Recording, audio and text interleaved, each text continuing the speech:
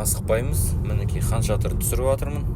Бүгін мен мобилографтың қызметін атқарып жатырмын. Ерболдың оқырмандары, оқушымның өтініші бойынша. Мен жұмыс қалсаңыздар болады, осылай түсіріп отырамын, бүйтіп жақындатып, алыстатып. Бүйтіп алып келесіңдер, бүйтіп күшті қылып мына жақты түсіремін еще осылайынан.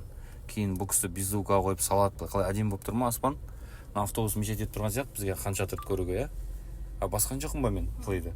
Мама кешіресіз, жұмыстан шықтың, мобилограф етін десеңші. Плейді баспайтын мобилограф ма мен? Кеттік, жүре береміз. Міне хан шатыр.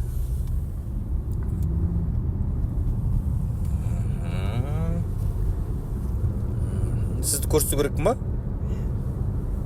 Сізді шапа? Сізді көрсетпей ақ қойын ба? Только қызыңызды көрсетейін ба? Болды, жарайды. Ертең мен көрсетпеді деп ренжіп жүрмеңіз, апа. Қалай күшті түсіріп жатырмын ба?